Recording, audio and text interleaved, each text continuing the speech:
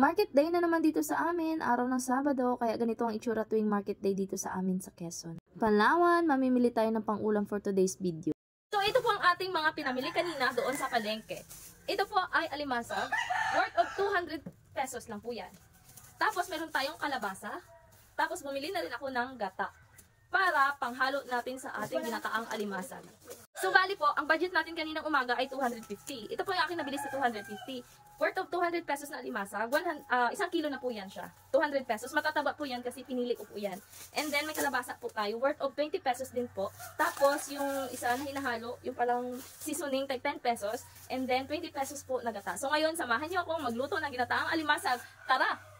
Pero syempre, first of all, before anything else, kailangan natin hugasan ang ating alimasag. So, bali po, ito po yung mga nabili kong alimasag. Yan po yung mga kanyang design. Kasi di ba ang alimasag, iba't ibang kulay talaga. Pero yung ganitong klase daw po, based sa tindera, ay special daw po yung ganitong alimasag. At medyo mahal talaga yung ganitong presyo. So, kanina kasi, ito na lang yung natitira niyang paninda. Kaya binigyan niya na sa akin ng 200 pesos. So, matataba po yan lahat.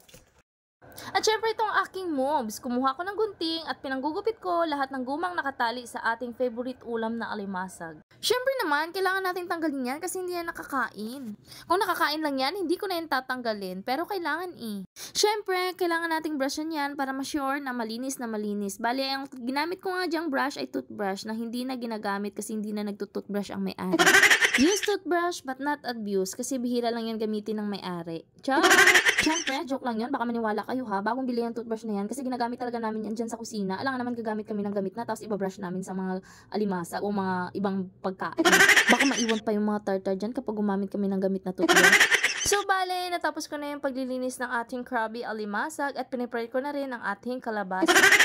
Your Honor, gusto ko sabihin niya sa akin sa mga mata ko na kumain ng kalabasa na malinaw ang mata ko at sabihin niya sa akin na mahal niya ako. Char lang yun, hindi ako spy. Biniyak-biyak ko na dyan yung kalabasang nabili ko na worth of 20 pesos para hiwain at balatan. Shoutout nga pala dyan sa mga taong hindi marunong tumingin ng tunay na pagmamahal.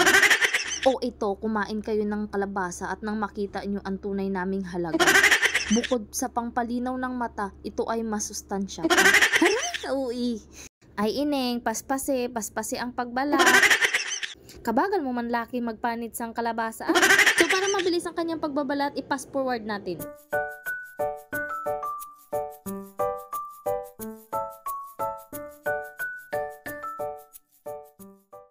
O ayan, natapos na ang kanyang pagbabalat at paghihiwa ng mga kalabasa. So ang ginawa ko dyan ay nag-prepare na ako ng sibuyas, bawang, luya. Sayang nga dyan guys, kasi sa sobrang ganda ko, nakalimutan kong bumili ng tanglad tsaka sitaw. Ganun pala talaga no, kapag sobrang ganda, nakakalimot tsaka makakalimutin. Ay! Hiwa ko dyan ng hiwa hanggang sa napansin ko na nasasaktan na pala kita. Aroy, kabigaon. Katapos kong hiwain yung mga lamas, ay pinipare ko na yung mga gata. Meron tayong purong gata at saka pangalawang piga na gata. At gata ng pinakagata. Hoy, iba yun, oo, iba yun ha. Dahil ako ang chef ngayon dito, ako ang masusunod kung anong teknik ang gagamitin ko. This is my cooker and this is my kalaha and this is my rule. Kinuha ko na rin ang aking pinakabagong kalaha, so pinail ko na dyan lahat ng alimasag na aking nilinis kanina. Requirements yan sa pagluluto, dapat bagong kalaha talaga ang gamitin natin para malasap mo yung tunay na sustansya at sarap ng niluluto natin.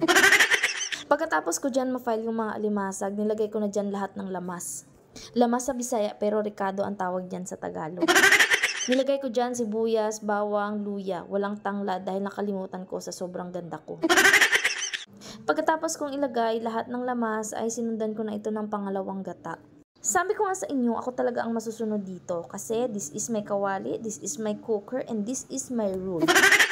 Kanya-kanya tayong tripping sa style ng pagluluto. Hindi yan maluluto kung hindi natin ilalagay sa gas stove at hindi natin paaandarin ang gasol. Kapag nakita niyong kumukulo na at nag-red na yung alimasag, ilagay na natin ang ating mga kalabasa. Ang kalabasa na nagpapalinaw ng mata mo pero hindi mo makita ang halaga ko. Chan!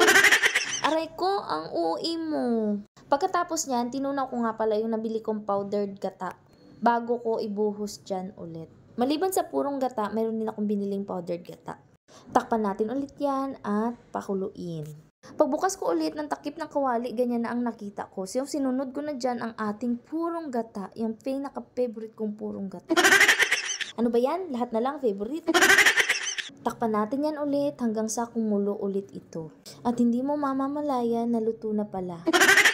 Kumulo na nga yan after ko malagay yung pinakalas na gata. Tapos chinek ko na rin yung kalabasa kung pwede nang kainin at kung malambot na. At ayun nga, malambot na at pwede na kainin. Hala guys, baka magtaka kayo, hindi ko pala na-videohan yung paglagay ko ng asin. Baka mamaya gayahin yung recipe ko, hindi nyo rin malagyan ng asin. Tinimplahan ko pala yan, tsaka nilagyan ko rin ng asin. Hindi ko lang na-videohan kasi ang hirap talagang magluto na ikaw din ang nagbi-video. Tinikman ko na yan at sa sobrang sarap na papikit pa ako at sa sobrang sarap nakalimutan ko na may utang. Siyempre, luto ko yan. Ako talaga ang masasarapan dyan at saka hindi nyo naman yan matitikman. So, sa mga gustong magluto at gayahin yan, try nyo na kasi mapapagana ang kain nyo. Yun lang. Salamat sa panonood. Mabuhay ang mga patay.